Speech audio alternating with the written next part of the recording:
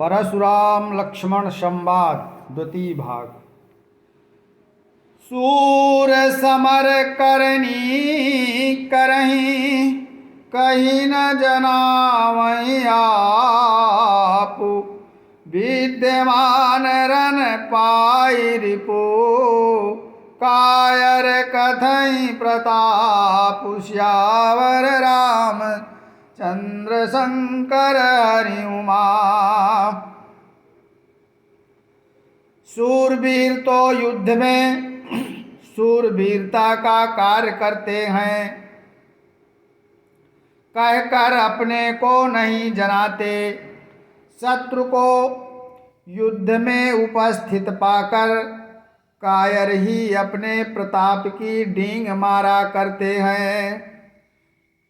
तुम तो कालू हाक जनु लावा बार बार मोहिलागी बोलावा। सुनत लखन के बचन कठोरा परसु सुधारी धरऊ कर गोरा। आप तो मानो काल को हाँक लगाकर बार बार उसे मेरे लिए बुलाते हैं। लक्ष्मण जी के कठोर वचन सुनते ही परशुराम जी ने अपने भयानक फरसे को सुधार कर हाथों में ले लिया। अब जानी दे दोष मोहि लोगू कटुवादी बालको बद जोगू। बाल बिलो की बहुत मैं बाचा अब यहू मरनिहार बासाचा। अब लोग मुझे दोष न दें, यह कड़ुआ बोलने वाला बालक मारे जाने के ही योग्य है। इसे बालक देखकर मैंने बहुत बचाया, पर अब यह सचमुच मरने को ही आ गया है। कौशिक का क्षमी अपराधो बाल दोष गुण गनहि न साधु। खर कुठार मैं अकरुण को ही आगे अपराधी गुरद्रोही। विश्वामित्र जी ने कहा, अपराध क्षमा कीजिए। बालकों के दोष और गुण को साधु लोग नहीं गिनते। परशुराम जी बोले, तीखी धार का कुठार मैं दया रहित और क्रोधी, और यह गुरुद्रोही और अपराधी मेरे सामने है। उतर देत छोड़ऊं बिनु मारे केवल कौशिक शील तुम्हारे। न तहि काटी कुठार कठोरे गुरहि उरिन हो त्यों श्रम थोरे।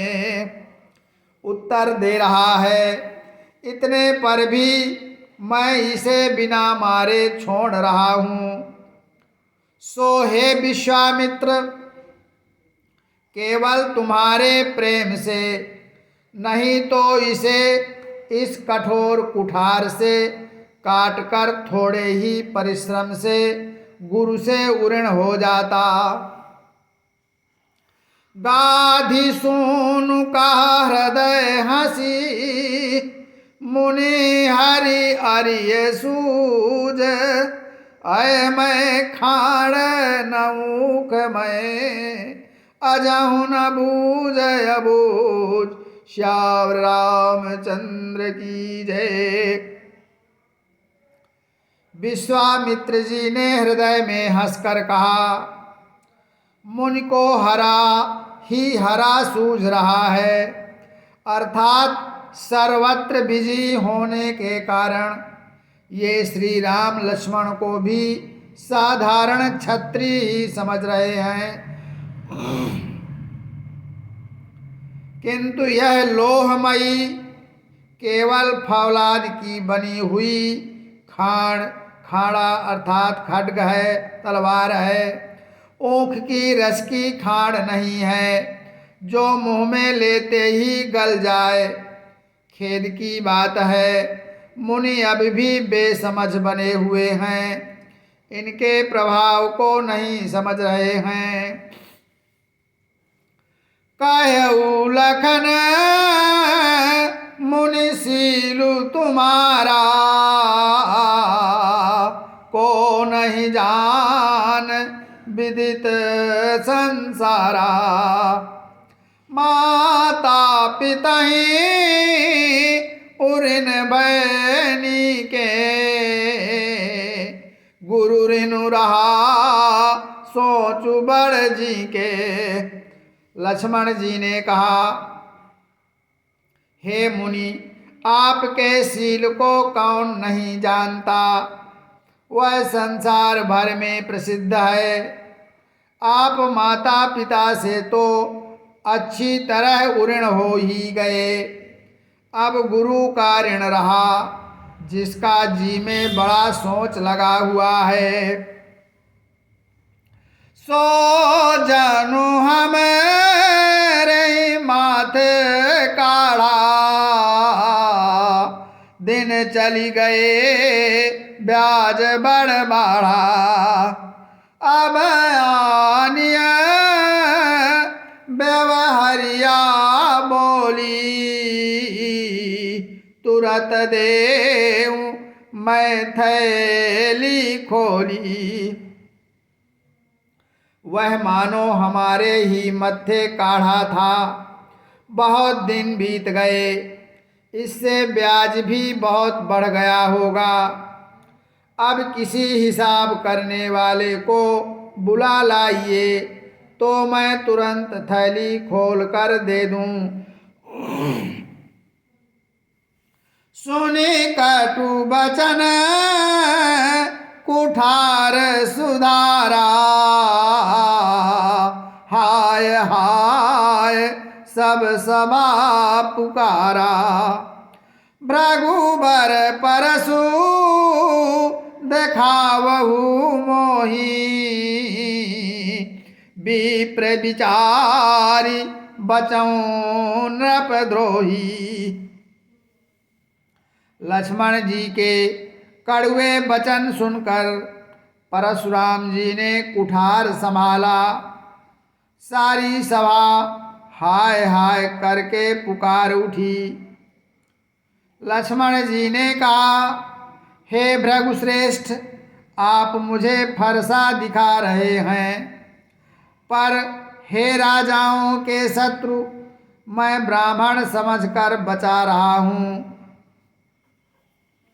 मिले न कबहू सुबटरन गाढ़े, द्विज देवता गरही के बाढ़े। अनुचित कही सब लोग पुकारे, रघुपति शय नहीं लखनऊ ने मारे। लक्ष्मण जी ने कहा, आपको कभी रणधीर बलवान वीर नहीं मिले। हे ब्राह्मण देवता, आप घर ही में बड़े हैं, यह सुनकर अनुचित है कहकर सब लोग पुकार उठे। तब श्री रघुनाथ जी ने इशारे से लक्ष्मण जी को रोक दिया। लखन उतर आहुति सरिस भृगुबर को पुक्रसानु बढ़त देखी जल सम बचन बोले रघुकुल भानु श्याम रामचंद्र की जय। लक्ष्मण जी के उत्तर से जो आहुति के समान थे परशुराम जी के क्रोध रूपी अग्नि को बढ़ते देखकर रघुकुल के सूर्य श्री रामचंद्र जी जल के समान शांत करने वाले वचन बोले। नाथ करहु बालक पर छोहु सूध दूध मुख करिए न को जो पै प्रभु प्रभाव कछु जाना तो की बराबरी करत आयाना। हे नाथ बालक पर कृपा कीजिए, इस सीधे और दूध मुहे बच्चे पर क्रोध न कीजिए। यदि यह प्रभु का अर्थात आपका कुछ भी प्रभाव जानता तो क्या यह बेसमझ आपकी बराबरी करता।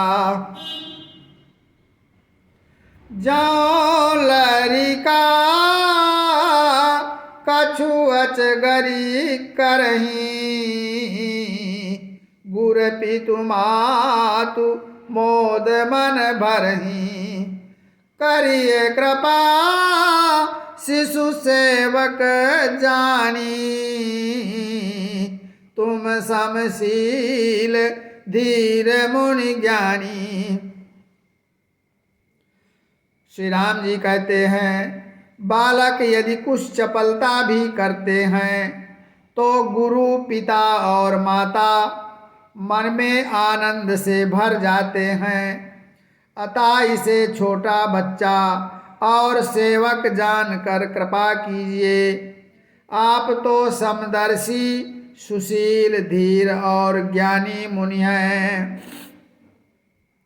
राम बचन सुन कछुक जुड़ाने कई कछु लखनु बहुरे मुसुकाने हसत देखी नख शिखरिस व्यापी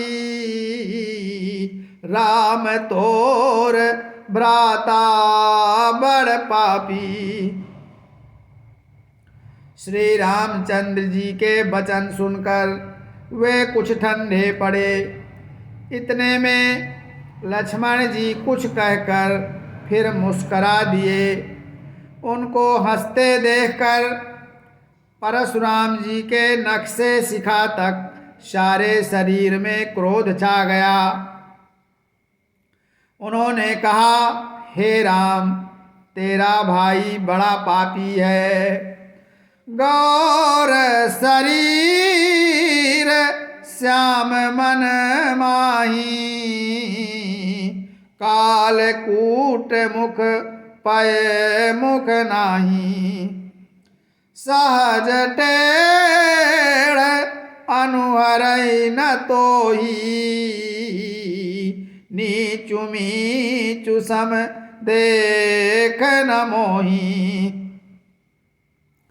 परशुराम जी कहते हैं यह शरीर से गोरा पर हृदय का बड़ा काला है। यह विषमुख है, दूध मुहा नहीं, स्वभाव से ही टेढ़ा है, तेरा अनुसरण नहीं करता। यह नीच मुझे काल के समान नहीं देखता।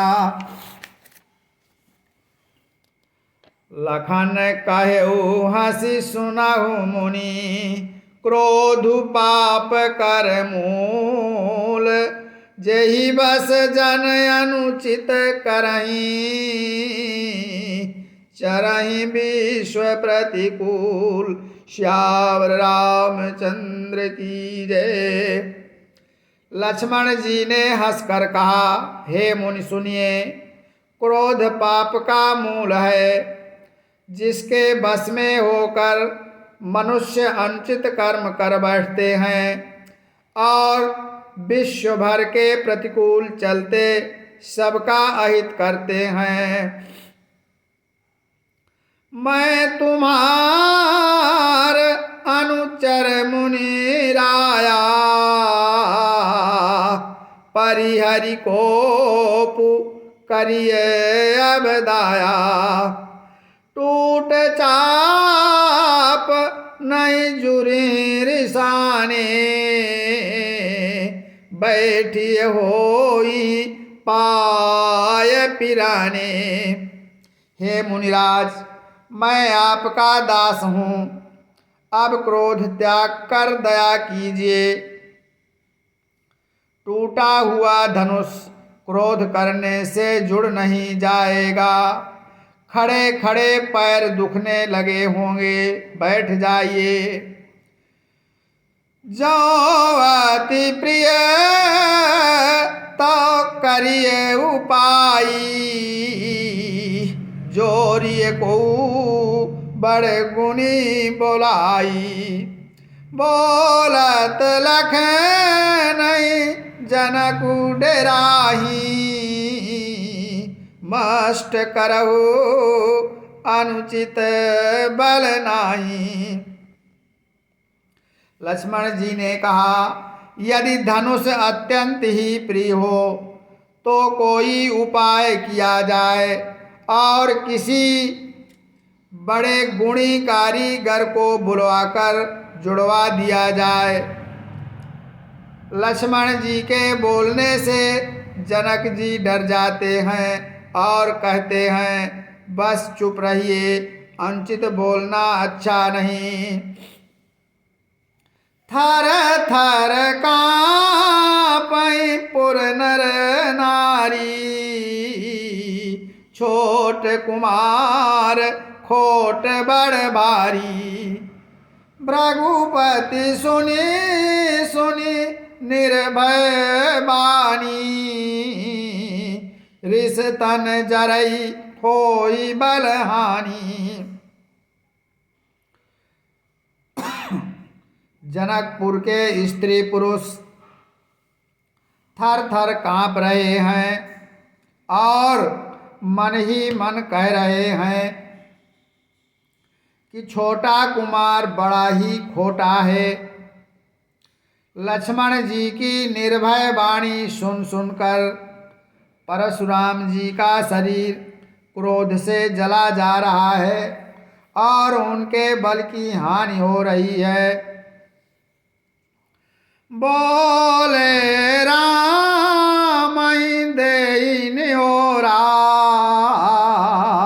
बचऊं विचारी बंधु लघु तोरा। मनु मलिन तनु सुंदर कैसे, विषरस भरा कनक घटु जैसे।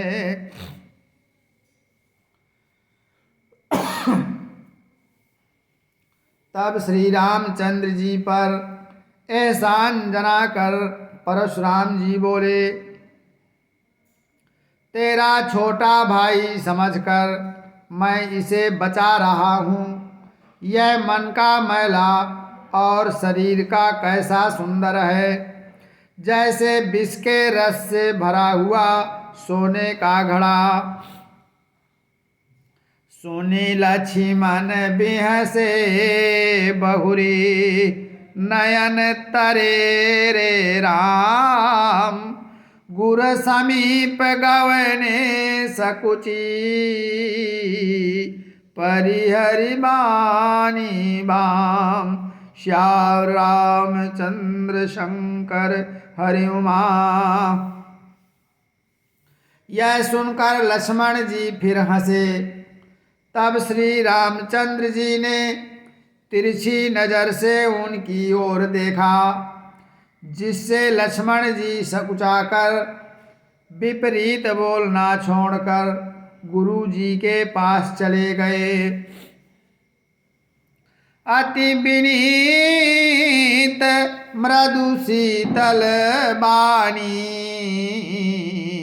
बोले राम जोरी जुग पानी। सुनहु नाथ तुम सहज सुजाना, बालक बचनु करिए नहीं काना। तब श्री रामचंद्र जी ने दोनों हाथ जोड़कर अत्यंत विनय के साथ कोमल और शीतल वाणी बोले, हे नाथ सुनिए, आप तो स्वभाव से ही सुजान हैं। आप बालक के वचन पर ध्यान न दीजिए, उसे सुना अनसुना कर दीजिए। बर रे बालकु एकु सुभाऊ, इनहि न संत विदुषहि काऊ। तेहि नाहि कछु काज बिगारा,